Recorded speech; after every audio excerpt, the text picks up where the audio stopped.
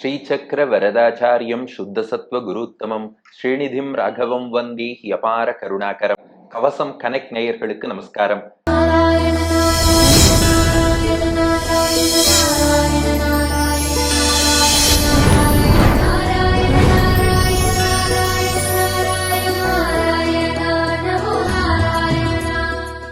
நாம் எல்லோரும் இப்போது கண்ணபிரானுக்கு, செந்தாமரை கண்ணனான கண்ணபிரானுக்கு செங்கழுநீர் புஷ்பம், சிவந்த அல்லி, செவ்வல்லின்னு சொல்லக்கூடிய ரெட் லில்லி செங்கழுநீர் புஷ்பத்தை சமர்ப்பிப்பதற்கு தயாராக காத்திருக்கிறோம்.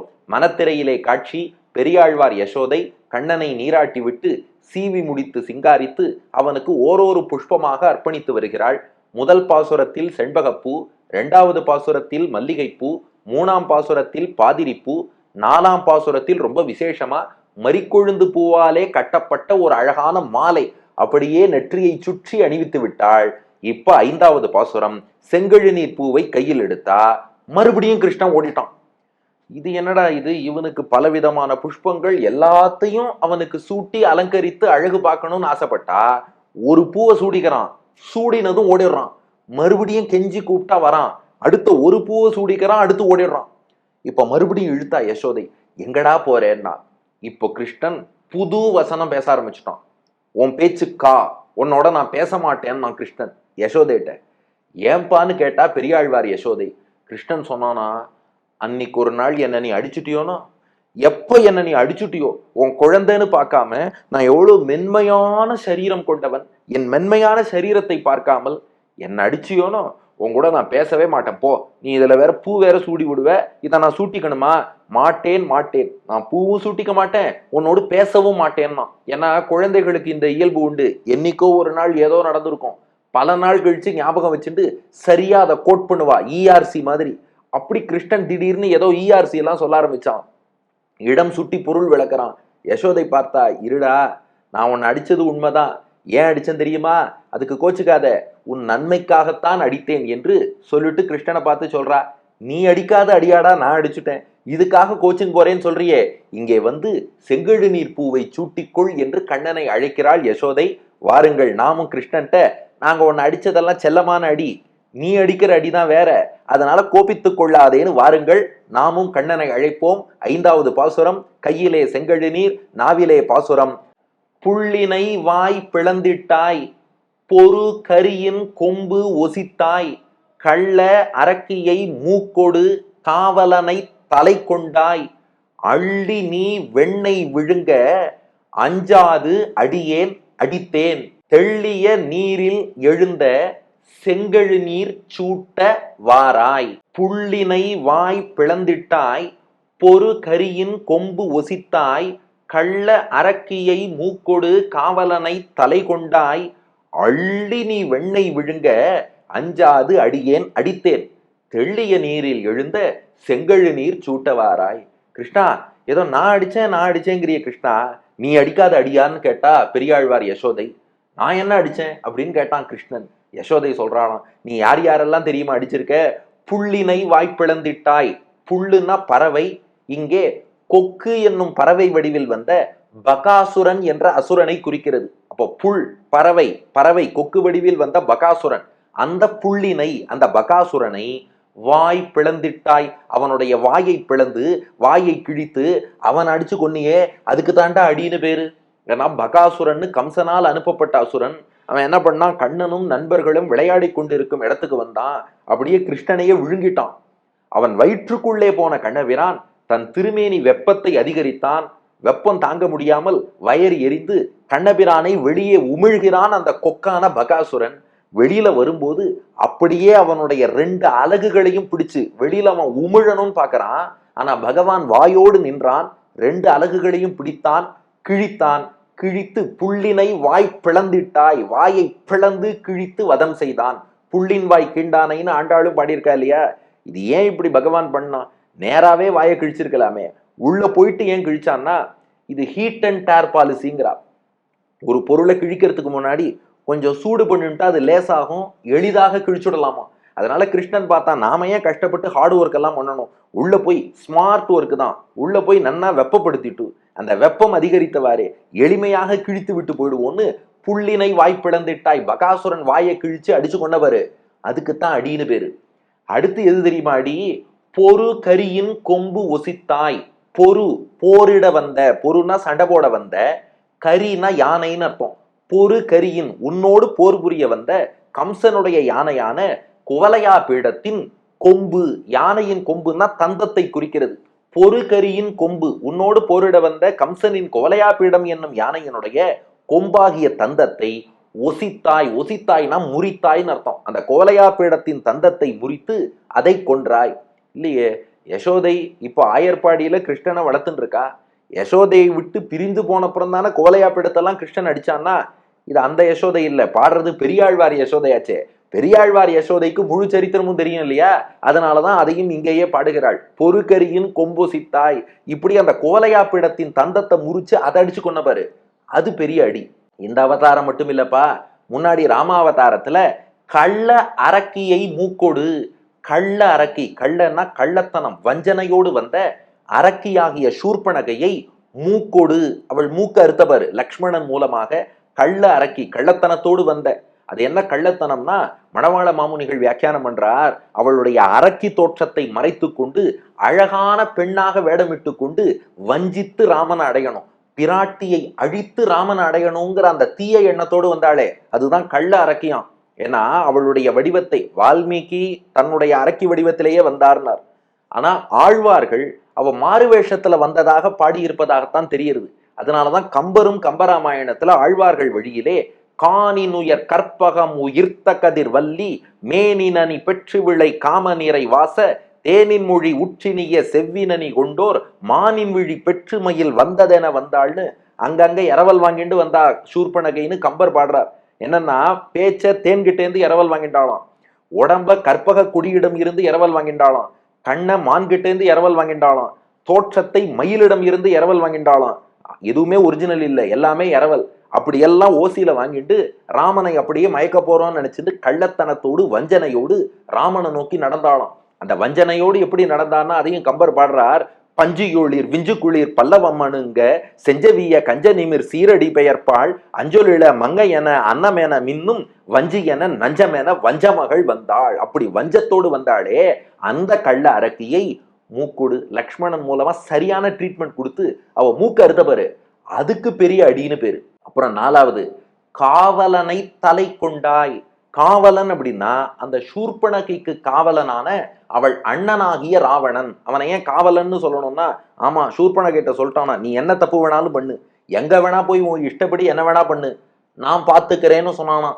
அந்த காவலனை தலை கொண்டாய், அவன் 10 தலைகளையுமே கொண்டாய்னா அறுத்து தள்ளினாய்னு அர்த்தம். அப்போ மூக்கு அதோடையும் கொண்டாய்ங்கிறத சேர்த்துக்கணும். கள்ள அரக்கியை மூக்கோடு, அவள் மூக்கோடு சேர்த்து காவலனை தலை கொண்டாய், அவள் காவலனான ராவணனுடைய தலையையும் நீ அறுத்து கீழே தள்ளினாய் பாரு. இந்த நாளுக்கும் தான் அடின்னு பேரு. இதெல்லாம் லோகத்தின் நன்மைக்காகத்தான் செஞ்சான், அதுல சந்தேகம் இல்லை. ஆனா இதெல்லாம் தான் உண்மையா அடிச்ச அடி. ஏன்னா அந்த பகாசுரன் என்பவன் பல பேரை துன்புறுத்தி கொண்டு வருகிறான், தேவர்கள் வரைக்கும் துன்புறுத்தி இருக்கான். அவன் அடிச்சு வாயை பிளந்த பாரு, அதை அடின்னு சொல்லணும். அது போல கோலையா பீடம்ங்கிற யானை, அது மதம் கொண்டு பல மக்களை எல்லாம் போட்டு மிதிக்கும், அதனுடைய தந்தத்தை முறித்து கொண்ட பாரு, அதுக்கு அடின்னு பேரு. கள்ள அரக்கியை மூக்கோடு, கள்ளத்தனம் பண்ணிட்டு வந்தாளே சூர்பனகை, அவ மூக்க அறுத்த பாரு, அது சரியான அடி, அது பொருத்தமான அடி. காவலனை தலை கொண்டாய், இந்த துஷ்டன் 10 தலை ராவணனுடைய 10 தலையும் அடிச்சு கீழே தள்ளின பாரு, அது உண்மையான அடி. இதெல்லாம் விட்டுட்டு நான் அடிச்ச அடிய போய் நீ அடிங்கிறியாடா, ஏன்னா இது நியாயமா, இது கொஞ்சமாவது நியாயமான்னு கேட்கிறா யசோதை.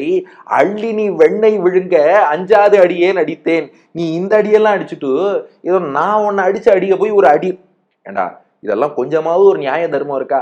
அதுவும் நான் உன்னை எதுக்காக அடிச்சேன், இதெல்லாம் செல்லமான அடிடா, உன் நன்மைக்காக ஒரு தாய் அடிக்கக்கூடிய அடி, உனக்கு வலிக்க கூடாது என்ற எண்ணத்தோடு அடிக்கும் அடி, என் மனம் வலிக்க வலிக்க அடிக்கும் அடிடாது.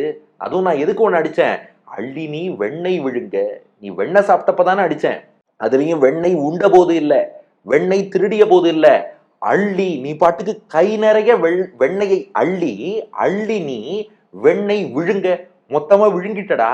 அப்போ வெண்ணெயை அள்ளி விழுங்கினவாறே நாம் பயந்துட்டோம். அச்சுச்சோ, இந்த குழந்தை பாட்டுக்கு இவ்வளவு வெண்ணையை விழுங்கிடுத்தே, இவ்வளவு வெண்ணெய் உள்ள போனா வயிற்று கடுப்பு ஏற்படுமோன்னு என் வயத்துல நெருப்பு கட்டிண்டு உனக்காக பதறி போய் நீ இனிமே இவ்வளவு வெண்ணைய சாப்பிட கூடாதுங்கிறதுக்காக செல்லமா அடிச்சேன்டா. இந்த இடத்துல மணவாள மாமுனிகள் வியாக்கியானம் பண்றார். அந்த தாய்ப்பாசத்தை கேட்டா கண்ணீர் வந்துடும்.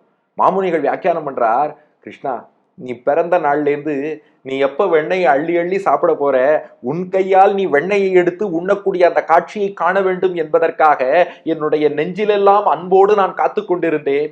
ஆனா நீ கொஞ்சமா வெண்ணெய் எடுத்து சாப்பிடுவேன்னு நினைச்சேன். ஆனா அள்ளி நீ வெண்ணெய் விழுங்க. ஆனா வெண்ணெய் அளவோடு சாப்பிட்டா உடம்புக்கு நல்லதுடா.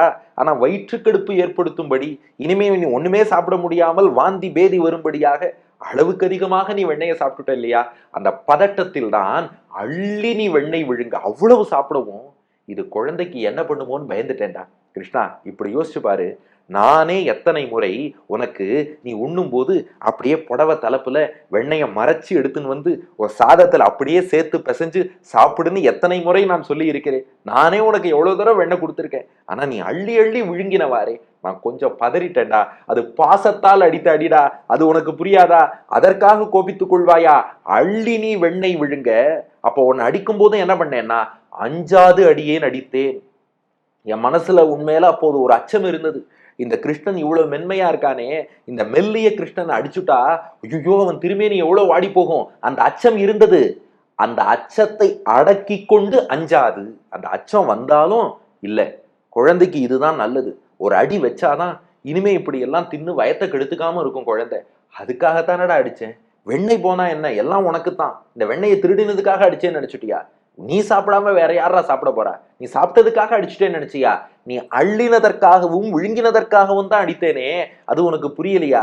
அதுவும் அஞ்சாது. முதல்ல அச்சம் வந்து அதை கட்டுப்படுத்திட்டு நீ நன்னா இருக்கணுங்கிறதுக்காக அடியேன் அடித்தேன். நான் உன்னை அடித்தேன், ஆனா நான் அடித்தேன் இல்ல, அடியேன். நான் உனக்கு தாயா இருந்தாலும் உன்னை தலைவனாக கருதி உனக்கு அடியவளாகத்தானடா என்ன கருதுறேன். அப்போ ஒரு அடியவன் தன் தலைவன் நன்னா இருக்கணும்னு ஆசைப்படுவான் இல்லையா? அது போல் உனக்கு அடியேனாக இருக்கக்கூடிய அடியேன் இந்த நான், இந்த யசோதை, நீ நன்னா இருக்கணுங்கிறதுக்காக தாண்டா அடிச்சேன். அது செல்லமான அடி, அக்கறையோடு கூடிய அடி. அப்போ பகவான் பகாசுரனையும் கோலையாப்பிடத்தையும் சூர்பனகையும் ராவணனையும் அடிச்ச அடி இருக்கே, அது உண்மையான அடி. யசோதையும் பெரியாழ்வாரும் கிருஷ்ணன் அடிக்கிறானா, இது செல்லமான அடி இல்லையா? இந்த வித்தியாசம் புரியாதா? இதை புரிந்து கொண்டு தெள்ளிய நீரில் எழுந்த செங்கழு நீர் சூட்டவாராய். உனக்காக பாரு செவ்வல்லி பூ, செங்கழு நீர் வச்சுருக்கேன். இது எப்படிப்பட்ட பூனா, தெள்ளிய நீரில் எழுந்த, தெள்ளியன்னா தெளிவானன்னு அர்த்தம். தெள்ளிய நீரில், கிளியர் வாட்டர், தெளிவான நீரிலே எழுந்த, மலர்ந்த, முளைத்த. அதை ஏன் சொல்றான்னா, தெளிவான நீர்ல முளைச்சிருந்ததுன்னா அந்த அழகும் நறுமணமும் அப்படியே இருக்கும். கொஞ்சம் பாசி படிந்து அப்படி இப்படி இருக்கிற நீர்னா பூலையும் பாசி படியும், பூவோட நறுமணத்தையும் அது குலைக்கும். ஆனா இங்க அப்படி இல்லை. தெள்ளிய நீரில், எவ்வளவு தெளிந்த நீர்னா, உன்னை அடிக்கும் போதும் என் மனசுல எப்படி பாசம் தெளிவா இருக்குமோ அந்த அளவுக்கு தெளிந்த நீர்.